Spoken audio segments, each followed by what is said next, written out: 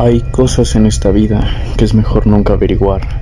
A veces el vivir de forma feliz y confortable en la ignorancia es mejor que estar consciente y plenamente seguro de los horrores y de los temibles secretos que se esconden a la vista del ojo humano y que pasan desapercibidos, dándonos la oportunidad de concentrarnos en nuestros trabajos y vidas sin vivir perturbados y poder dormir con placidez. ¿Alguna vez han escuchado la leyenda urbana del vampiro de Barranca del Muerto?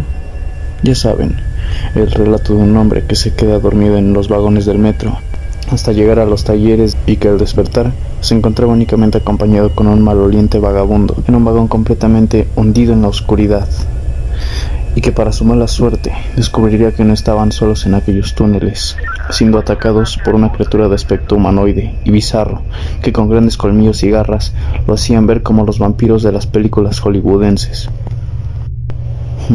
Simplemente una leyenda urbana que un día vi en internet. Eso era lo que creía. Qué equivocado estaba. Algunas leyendas tienen una verdad como base, y esta en especial resulta aterrador el hecho de saber que algo así sucedió en la vida real. Desafortunadamente yo y otras personas pudimos comprobar por nosotros mismos que realmente hay un monstruo sediento de sangre en aquellos túneles y que han mantenido cautivo como un animal en un zoológico. Pero la vida es incapaz de contenerse, pues eventualmente continuará su curso, saliendo del control de las manos de sus captores.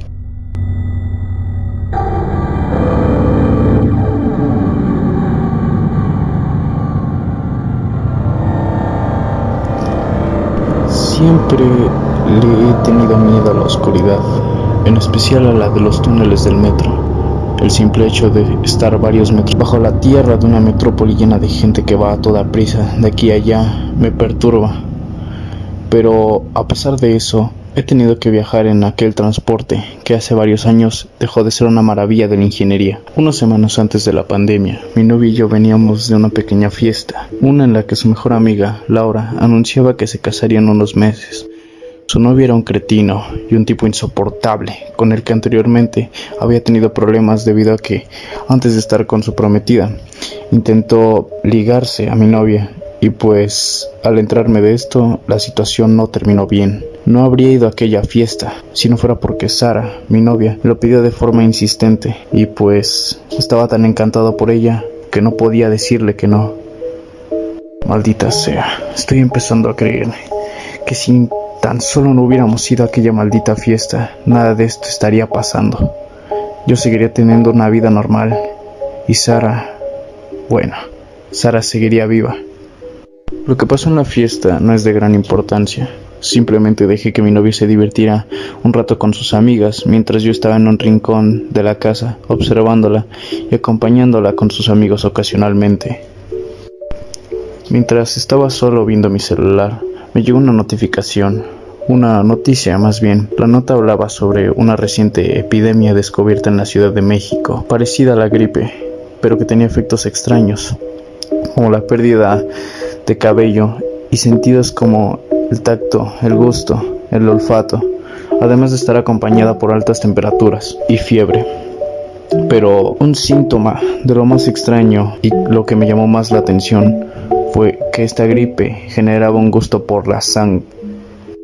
Hubiese continuado la lectura si no fuera porque una de las amigas de mi novia tiraba de mi sudadera intentando llamar la atención. Cuando la miré, ella se presentó. Y después de recalcar su amistad con Sara, ella me dijo que el prometido de Laura estaba coqueteando con mi novia en la cocina. Fue entonces que me dirigí hacia ellos, y cuando llegué, lo primero que vi fue a este tipo tomándola de los brazos y besándola. Estallé en furia, tomé un vaso de vidrio y sin más lo estrellé en el piso para llamar la atención de los dos. Mi novia lo empujó, quitándoselo de encima, y después me miró angustiada. Y el tipo, pues, no dijo nada. Al menos no alcanzó a decir nada, pues rápidamente fue callado de un puñetazo en la cara que lo hizo caer al suelo, aterrizando con el rostro sin meter las manos. Sobra decir que después de romperle la nariz al tipo, su furiosa prometida nos corrió de la fiesta a mí y a mi novia. A ella la recriminó por, según sus palabras, habérsele insinuado su prometido, y a mí por ser un maldito psicópata, busca pleitos. Una vez que salimos de la fiesta, comenzamos a discutir sobre lo que había pasado. Mientras buscábamos un taxi, ella juraba que el tipo la había tomado por sorpresa, entre otras cosas.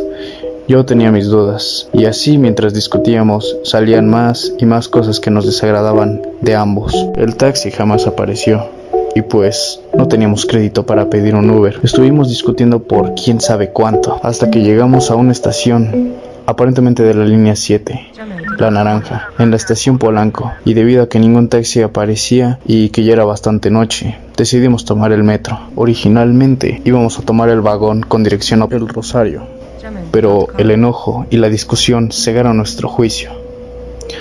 Fue un error, supongo que así ocurren las desgracias, con un pequeño momento de descuido, con un insignificante error.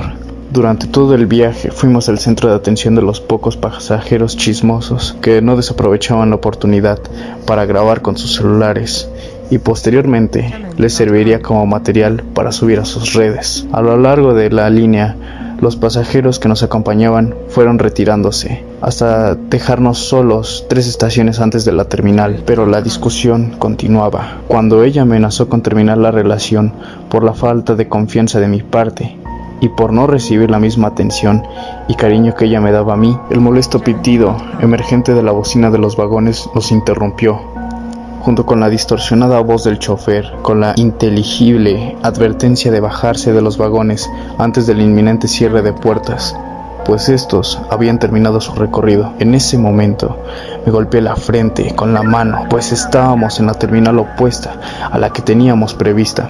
Cuando el vagón cerró sus puertas y comenzó a avanzar, pude ver el alargado letrero en la pared de color naranja desde las ventanas del vagón con el nombre de aquella terminal llamada Barranca del Muerto, la cual se iba quedando cada vez más atrás mientras el vagón continuaba su curso, adentrándose en aquellos túneles sombríos. Después de decir una grosería y llevarme las manos a la cabeza en señal de frustración, mi novia me preguntó qué estaba pasando, y después de explicarle la situación, ella empezó a decir que cómo era posible que no me hubiese dado cuenta que estábamos viajando en la dirección contraria a Observatorio, y después de responderle que probablemente lo habría hecho si no fuera porque venía gritando durante todo el camino, el vagón se detuvo en seco. Hubiese caído de espalda si no fuera porque alcancé a sujetarme de los tubos del vagón a tiempo. Después del repentino frenón, este avanzó unos centímetros más de forma lenta y después se detuvo completamente, afirmado por el inconfundible sonido del motor apagándose. Empecé a creer que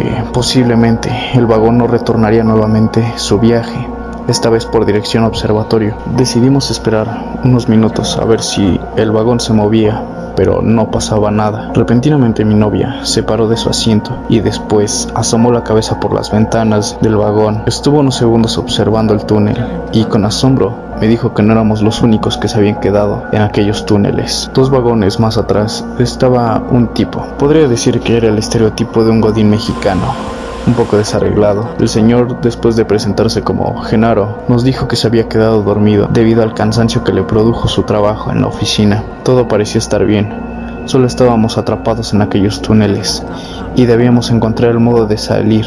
Pero la tranquilidad se esfumó en cuanto las bocinas de nuestro vagón y de los continuos comenzaron a emitir una extraña alarma que jamás había escuchado antes. El ruido hacía eco en aquellos túneles, generando un sonido tétrico. La alarma duró 20 segundos hasta que se detuvo y de repente las luces de todos los vagones se comenzaron a apagar una por una.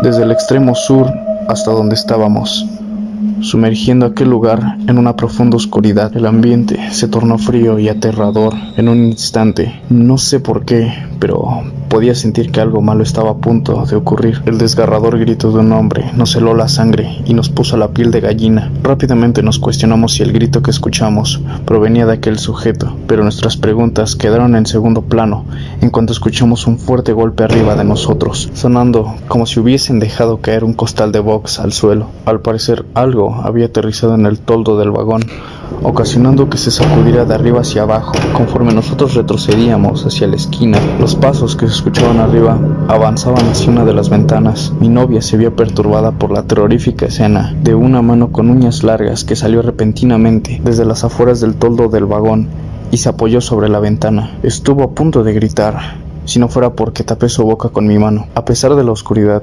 pudimos distinguir cómo una figura negra se metía lentamente al vagón, mientras trepaba de una forma inexplicable el techo del mismo. Aquella cosa comenzó a hacer sonidos extraños, como si estuviera oliendo algo. Después se dejó caer al piso, e instantáneamente se escuchó el quejido de alguien. Un hedor bastante extraño, como un animal muerto y a hierro, inundaron el ambiente del vagón. Un extraño sonido que podía describir como el de una persona bebiendo, con un popote desde un vaso vacío. No sé cómo explicarlo. Apenas audible, era lo único que se podía escuchar, mientras entre aquellas penumbras podíamos distinguir la silueta de un hombre retorciéndose de forma violenta en el suelo, aparentemente de dolor por los quejidos que emitía. Permanecimos en silencio durante quién sabe cuánto, soportando aquel olor. Lo único que tenía que hacer fue poner a mi novia tras mis espaldas y empezamos a retroceder de forma lenta. Probablemente la persona que entró al vagón no era un trabajador, sino más bien algún vagabundo o algún malviviente en mal estado, queriendo entrar a dormir en los vagones, o tal vez estaba herido y necesitaba ayuda. Así que, estúpidamente, decidí romper el sepulcral silencio en aquel momento, poniéndonos en riesgo. No sé en qué estaba pensando. Lo único que atiné a decir fue: buenas noches, nos quedamos atrapados aquí.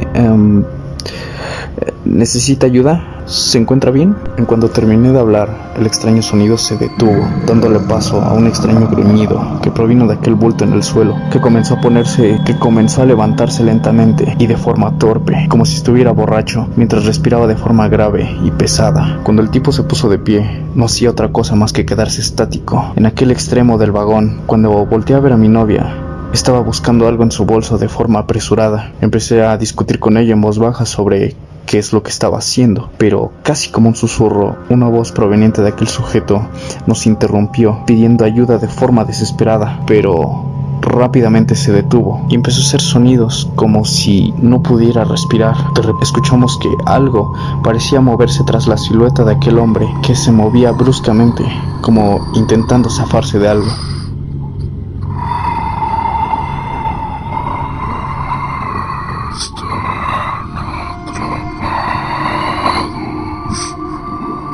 Escuchamos una segunda voz que nos heló la sangre y que también parecía venir desde las espaldas del sujeto frente a nosotros. Al parecer había otra persona, algo que sonaba incoherente, pues solo vimos entrar a una, pero toda lógica o razonamiento humano estaba a punto de romperse en ese momento. Una segunda silueta, más robusta, salía de forma lenta desde la espalda del hombre, mostrando una impresionante altura, al dejarlo varios centímetros abajo, eclipsando a la primera silueta. Unos ojos brillantes, como los de un animal, aparecieron en aquella oscuridad. Podía sentir la pesada mirada del segundo intruso, como un rayo de sol saliendo de una ventana descubierta por el jalón de las cortinas. La linterna del celular de mi novia iluminó aquella oscuridad. Supongo que mi novia se arrepintió de inmediato al encontrarse con aquella horrible escena. No se trataban de vagabundos, al menos eso creíamos en un inicio. El primer intruso era el ejecutivo que habíamos visto vagones atrás, solo que ahora era un saco de carne y huesos, escurriendo sangre a montones. Tenía profundas heridas en forma de rasguños por todas partes. Su garganta estaba destrozada, parecía que le habían arrancado de un mordisco la yugular. Pero lo más visceral de todo esto, y lo que hizo que mi novia y yo nos arqueáramos por el terrible asco, estando al borde de devolver el estómago, fue que su abdomen estaba rasgado y sus órganos y entrañas estaban desparramados por todo el suelo del vagón. Todo esto mientras aún seguía consciente. El segundo intruso parecía ser un tipo enorme, con un abrigo de color café oscuro, pero conforme más lo vimos, nos llevamos la desagradable sorpresa de que en realidad no iba vestido con ningún abrigo, y de que aquello no se trataba de un ser humano. Habría dudado de mi cordura si no fuera porque podía sentir a mi novia temblando de miedo a mis espaldas y sujetándome fuertemente el brazo. En ese momento caí en cuenta de la estación en la que estábamos y la leyenda del vampiro del Barranca del Muerto, pero aquel ser no se parecía en nada al vampiro descrito en las historias. Aquella visión de algo tan perturbador en un entorno de lo más cotidiano me perturba al contar esto. La mano que sostenía el godín desde la cabeza, cargándolo como si fuera un muñeco de trapo, era alargada y con grandes garras, y aquello no era un abrigo, de hecho, parecía una especie de manta extraña unida a sus brazos, que conforme se iban desenvolviendo del cuerpo del agresor, cobraban la apariencia de dos enormes alas membranosas, parecidas a las de los murciélagos, solo que estas se veían bastante deterioradas. Una vez que las alas se desenvolvieron por completo, la apariencia del agresor quedó descubierta. Era un ser monstruoso, que al igual que sus alas, tenía una apariencia de un murciélago, con rasgos humanoides. Su cabeza tenía a los lados dos enormes orejas largas y puntiagudas. Su nariz era solo una enorme verruga de apariencia carnosa, con dos enormes huecos de los que escurrían un moco amarillento, y sus ojos eran como los de una persona ciega, con una pupila apenas visible, y su boca era enorme, con 3 filas de dientes y 2 grandes colmillos sobresalientes, empapados de sangre, en la parte superior e inferior de sus encías, y todo su cuerpo estaba cubierto por un pelaje áspero, como el de un roedor de color café oscuro, que al ser iluminado por la linterna tomaba un tono rojizo. Su inhumana altura lo hacía encorvarse para ser capaz de caber dentro del vagón, mostrando una joroba cubierta por el sucio pelaje, y sus piernas eran parecidas a las de los caninos, pues tenían una doble articulación y únicamente eran sostenidas por los dedos de sus pies con garras. En cuanto el ser fue iluminado por la linterna, se cubrió con sus grandes alas y soltó un potente chillido como el de los murciélagos, que nos puso en señal de alerta y nos hizo que corriéramos hacia las puertas del vagón para intentar escapar. En cuanto la luz dejó de iluminar al monstruo, este rugió furioso y, mostrando su naturaleza sanguinaria, azotó la cabeza del tipo contra el piso del vagón, y después del fuerte estruendo ocasionado por el impacto, esta reventó como una sandía, esparciendo los sesos y sangre hasta nuestros pies. La criatura dio un brinco y comenzó a perseguirnos, usando los tubos del vagón para alcanzarnos. Su flexibilidad, como la de un felino, no coincidía con su enorme tamaño. Llegamos a las puertas.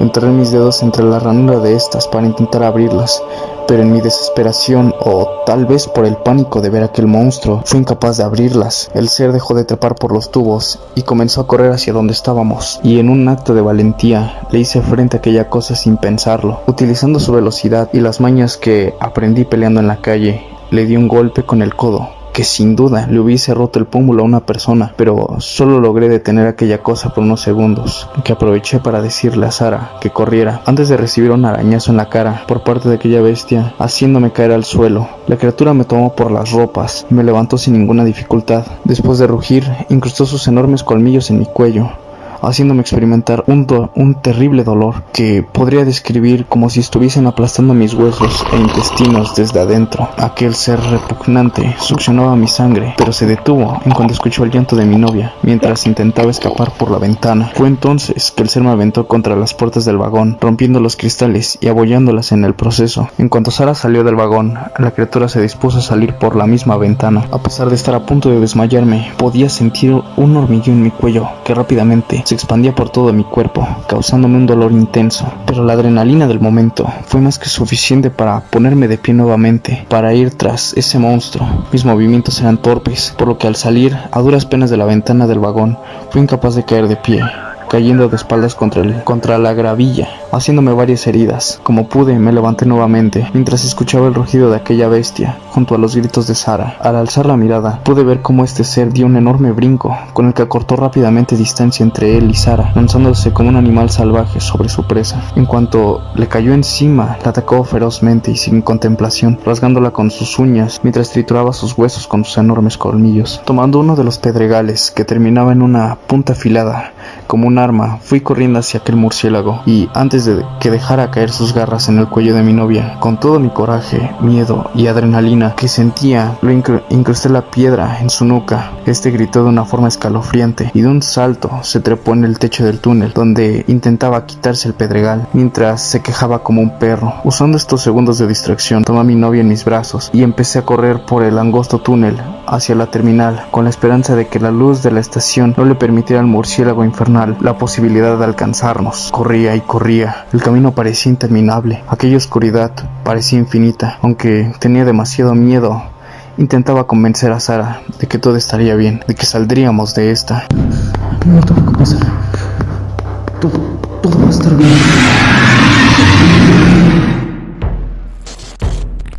El ruido de aquella bestia se escuchó a nuestras espaldas, generando un eco siniestro que juraría se escuchó en todo el túnel. Consecuentemente, el aleteo de unas enormes alas que se escuchaban cada vez con mayor claridad. Como un rayo de esperanza, pude ver la luz del andén de la estación. Estábamos a unos metros de nuestra salvación. El chillido de aquel ser me hizo ver cuánta ventaja teníamos sobre nuestro perseguidor. Hubiese preferido no hacerlo. Con gran amargura, pude ver que aquel ser estaba tan solo 8 metros atrás de nosotros y, como temía que fuera, nos perseguía de forma implacable, pero no iba corriendo. Este estaba volando, con sus enormes alas de murciélago, mientras me miraba furioso, con sus enormes ojos amarillos. Inmediatamente aparté la vista y me concentré en llegar al andén. Mientras más cerca estaba de la luz, más cerca podía sentir el aleteo de aquella bestia en mi espalda. Usando toda la energía que tenía, corrí lo más rápido que pude, y una vez que crucé el umbral entre la luz del andén y la oscuridad del túnel, sentí un alivio enorme y pensé que estábamos a salvo, pero había cantado victoria demasiado rápido. En cuanto llegué, empecé a sentir un insoportable ardor en el cuello, como si me hubiesen vertido ácido sobre la piel. Distraído por el dolor, tropecé con la grava y caí al suelo con mi novia en brazos. En cuanto toqué la gravilla, intenté ponerme de pie nuevamente, pero empecé a perder movilidad en mis extremidades y una parálisis extraña se apoderó de todo mi cuerpo. Mi novia, a pesar de sus heridas, se puso de pie e intentó ayudarme. Apenas capaz de articular una palabra, le dije que corriera, pero ella se negaba a dejarme. Pero antes de que ella pudiera hacer algo, el ser rugió una vez más y como un rayo salió del túnel. Solo pude ver la aterrada mirada de Sara antes de que el murciélago se lanzara como un ave de rapiña, incrustando sus garras en su cuello y se la llevara, arrastrándola brutalmente sobre la gravilla y deteniéndose varios metros más adelante, como si hubiese sido el vagón del metro, arrollando a una persona. En cuanto el monstruo se detuvo, un extraño humo empezó a emanar de su cuerpo. El murciélago empezó a quejarse de forma lastimera. Aparentemente, se estaba quemando por la luz del andén. Entonces dio un brinco hacia el techo, en donde me miró con sus ojos sin vida, mientras sostenía a Sara con una de sus patas. En ese instante, hizo algo que me perturbó bastante. El murciélago sonrió maliciosamente y abrió su boca para escupir unas palabras.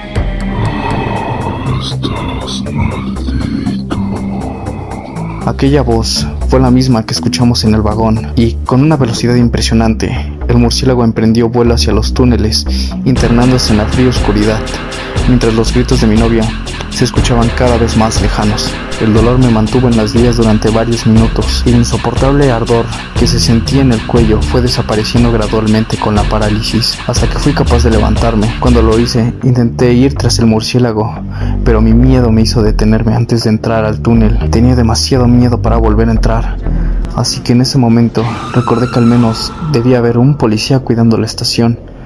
Así que con mis pocas fuerzas me subí al andén y subí por las escaleras, manchando de sangre las paredes cada vez que detenía el paso, por el terrible dolor de mis heridas. Con toda la desesperación del mundo, busqué algún policía por toda la estación, hasta que encontré uno en las entradas de los andenes, mientras jugaba con su celular, tras las enormes rejas usadas como puertas. Como si hubiese visto un fantasma, el tipo se echó para atrás, tirando su celular al piso, después de decir aterrado: "No mames". Inmediatamente le pedí ayuda. Él me miró con impresión en su mirada durante unos segundos, mientras se acercaba lentamente, con la mano apoyada en su arma. Dijo con voz temblorosa: "¿Se encuentra bien, joven? ¿Qué fue lo que le pasó?". Antes de decir algo, medité por un segundo lo que me había pasado. No podía contarle nada sin que pensara que era algún maldito lunático, pero ¿acaso mis heridas no eran prueba suficiente para demostrar mi credibilidad? Tras la pequeña pausa, le dije que un loco, o tal vez una persona bajo los efectos de alguna droga, nos había atacado de forma brutal a mí y a mi novia, que tras una discusión que nos distrajo, nos hizo quedarnos encerrados en el vagón dentro de los túneles. Antes de que pudiera continuar, el policía me interrumpió, diciéndome que no había necesidad de mentir. Joven, mire, yo sé lo que hay allá abajo". Desconcertado, ¿de qué demonios habla? ¿Usted sabe del monstruo de los túneles? Mire, necesito su ayuda. Debemos bajar al andén e ir a los túneles. Esa cosa tiene a mi novia. Debo salvarla. No hay nada que pueda hacer. No debe regresar a los túneles, y tampoco puedo dejarlo salir. Está infectado. En cuanto terminó de hablar, tomó su radio y empezó a comunicarse con más elementos de seguridad. Al descubrir que la policía no me ayudaría, me alejé lentamente de las rejas y enojado regresé al andén, esta vez corriendo, mientras el policía gritaba que me detuviera inmediatamente. Al llegar, di un salto hacia las vías y me dispuse a entrar, aún con miedo, al túnel por el que se llevó a Sara. Sabía que si entraba al túnel probablemente me toparía con el ser nuevamente y que no saldría con vida si eso pasaba, pero tampoco podía quedarme en la estación a la espera de las autoridades, que seguramente me desaparecerían por el simple hecho de saber que hay algo maligno en esa estación. No podía ir hacia adelante, pero tampoco había marcha atrás. Era un camino sin salida, pero era uno que estaba dispuesto a seguir.